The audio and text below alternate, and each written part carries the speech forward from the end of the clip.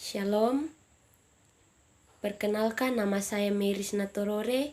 Di sini saya akan mempresentasikan hasil riset objektif saya mengenai ekonomi pedagang buah di Jemaat Immanuel Taripa. Yang pertama, latar belakang. Riset yang akan dilaksanakan adalah mengenai ekonomi para pedagang yang ada di Jemaat Immanuel Taripa. Saya memilih Jemaat Immanuel Taripa karena di sana terdapat beberapa anggota jemaat yang memenuhi kebutuhan hidup mereka setiap hari dengan cara menjual buah-buahan di pasar buah Taripa. Para pedagang yang ada biasanya membeli buah-buahan mereka dari luar daerah, misalnya dari Mangkutana, Selatan, bahkan Makassar. Kemudian buah-buah yang mereka beli tersebut akan mereka jual kembali dengan harga yang lebih tinggi lagi demi mendapatkan keuntungan untuk memenuhi kebutuhan hidup mereka setiap harinya. Namun, jika tiba pada musim buah-buahan lokal, mereka yang mempunyai kebun buah-buahan biasanya akan menjual buah-buahan dari hasil kebun mereka masing-masing. Ada juga beberapa penjual yang tidak memiliki tanah atau kebun buah-buahan. Mereka biasanya akan memborong buah-buahan dari hasil kebun anggota jemaat yang lain yang bersedia menjual dengan harga yang sesuai dengan harga yang ditawarkan oleh si pembeli.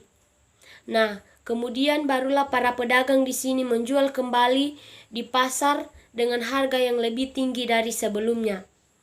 Di pasar buah yang ada di Taripa, kebanyakan menjual buah-buah impor seperti apel, melon, anggur, stroberi, dan sebagainya.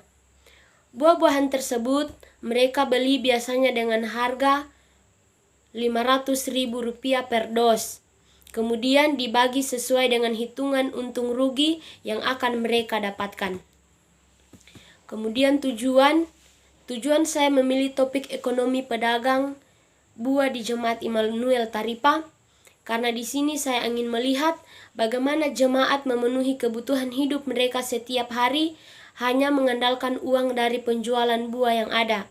Dan juga apakah kebutuhan mereka dapat terpenuhi dengan hasil penjualan tersebut.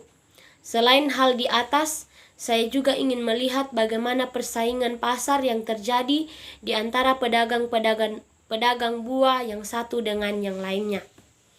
Kemudian teori yang akan saya gunakan dalam melakukan riset mengenai topik ini adalah dengan melihat perkembangan pasar fundamentalisme mengenai kritik Polanyi atas self-regulating market, di mana self-regulating itu sendiri memiliki ciri utama adalah bahwa segala pendapatan masyarakat diperoleh dari transaksi dagang yang berlangsung dengan mekanismenya sendiri, yang harus dibiarkan untuk berfungsi tanpa campur tangan dari luar. Seluruh pendapatan masyarakat diperoleh melalui proses dagang dan transaksi dalam pasar dibiarkan terjadi sesuai dengan mekanismenya sendiri melalui harga yang berlaku di pasar. Di sini juga ideologi liberalisme pasar ini merasuki cara berpikir dan cara bertindak manusia modern sedemikian rupa sehingga segala sesuatu selalu dilihat dalam dimensi transaksional demi memperoleh keuntungan. Dalam artian di sini bahwa segala sesuatu dilihat dengan satu nilai, yaitu uang.